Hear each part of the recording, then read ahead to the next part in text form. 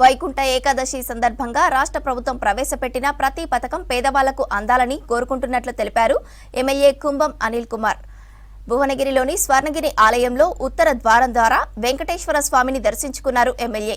కాంగ్రెస్ ప్రభుత్వం ఏర్పడ్డ సంవత్సర కాలంలోనే అనేక పథకాలను ప్రజలకు అందించామన్నారు. సీఎం రేవంత్ రెడ్డి మూసీ ప్రక్షాళన వైపు అడుగులు వేయడంతో ఉమ్మడి నల్గొండ జిల్లాకు మహర్దశ ఏర్పడిందంటున్న ఎమ్మెల్యే కుంభ అనిల్ కుమార్తో Shekhar face to face.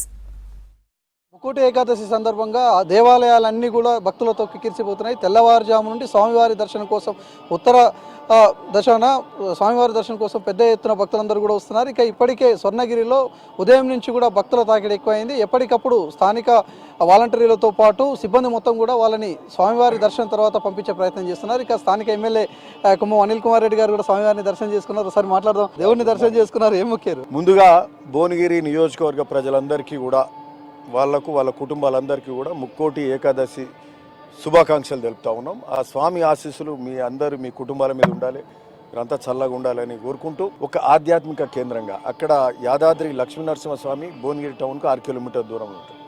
Telangana ఇలవేల్పు Lakshminarasimhaswamy, ఇక్కడ స్వర్ణగిరి వెంకటేశ్వర స్వామి ఆలయం ఇక్కడ భువనగిరి టౌన్లోనే.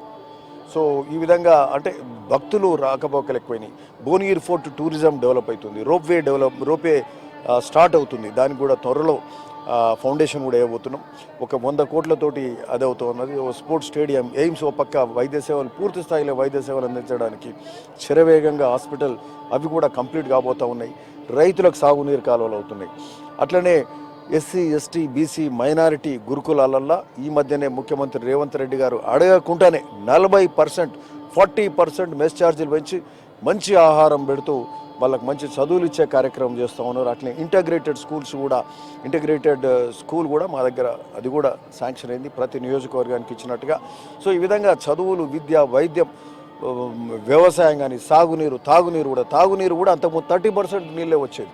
ఈరోజు 210 కోట్లతోటి ఇక్కడ గన్పూర్ నుంచి పైప్ లైన్లతోటి ఆ పైప్ లైన్ లేచి భువనగిరి ప్రాంతం అంతా కూడా యాదాద్రి మొత్తం కూడా 100% వాటర్ ఇచ్చే కార్యక్రమం కూడా జరుగుతుంది. ఈ విధంగా ఎంత ఖర్చు అయినా మూసీ ప్రక్షాళన చేస్తాం. మూసీ ప్రక్షాళనకు సంబంధించి మాత్రం హైదరాబాద్లో ఎప్పుడైతే హైడ్రా ఏర్పాటు చేయడం, మూసీ ప్రక్షాళన చేస్తామనగానే ప్రతిపక్షాలు ఎదుర్కొని అడ్డగించే ప్రయత్నం చేసినాయి. అప్పుడు మీ నుండి మీ రైతులందరూ కూడా కాలువల చుట్టూ తిరిగారు, మీ బాధలను చెప్పారు.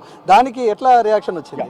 ఒకటి ఏంటంటే మా యాదాద్రి కానీ, అటు సూర్యాపేట కానీ, నల్లగొండ కానీ, ఈ ప్రాంతం, అటు రంగారెడ్డి, అటు ఇబ్రాహీంపట్నం, ఇటు ఉప్పల్, ఈ ప్రాంతం అంతా కూడా రైతులు కానీ, ప్రజలు కానీ గొంతెత్తి మళ్ళా మాట్లాడితే మేము ప్రజా చైతన్య యాత్రలు అక్కడ పిలాయిపల్లి దగ్గర, ఇక్కడ యాదాద్రిలో, ఇక్కడ సంఘం దగ్గర ఇవన్నీ కార్యక్రమాలు చేస్తుంటే ప్రజలలో మళ్ళా స్పందన వచ్చి ప్రజలలో అంటే ఆ అయోమయం అనేది పోయింది. ముఖ్యమంత్రి గారు చేసేది, కాంగ్రెస్ ప్రభుత్వం చేసేది మంచి కార్యక్రమం అనేది దానికి ఒక సంఘీభావం అనేది రాష్ట్ర ప్రజల నుంచి అంతా కూడా వచ్చింది. ఆ కార్యక్రమంలో పూర్తి స్థాయిలో మేము పాల్పంచుకున్నాం. అందులో ముఖ్యమంత్రి గారే స్వయంగా పాదయాత్రలో పాల్పంచుకోవడం. సో ఇట్లా అన్ని కార్యక్రమాలు మా ప్రాంతంలో జరుగుతున్నందుకు మరి చాలా సంతోషం. 60 కోట్లతోటి ఆ ఫోర్టు డెవలప్మెంట్ రోప్వే కార్యక్రమం కానీ, ఆడ లైబ్రరీస్ కానీ, పార్క్స్ కానీ, పార్కింగ్ ఏరియాస్ కానీ, ఇవన్నీ కూడా గొప్పగా ఒక టూరిస్ట్ సెంటర్గా తీర్చిదిద్దే కార్యక్రమం భువనగిరి జరుగుతున్నది. రాష్ట్ర ప్రభుత్వం చేస్తున్న పనులు ప్రతి పేదవాడికి అందే విధంగా కావాలి అని ఈరోజు స్వామివారిని మొక్కినట్టు చెప్తున్నాడు కుంభం అనిల్ కుమార్ రెడ్డి. కెమెరా పర్సన్ రఘుతో శేఖర్, విజిట్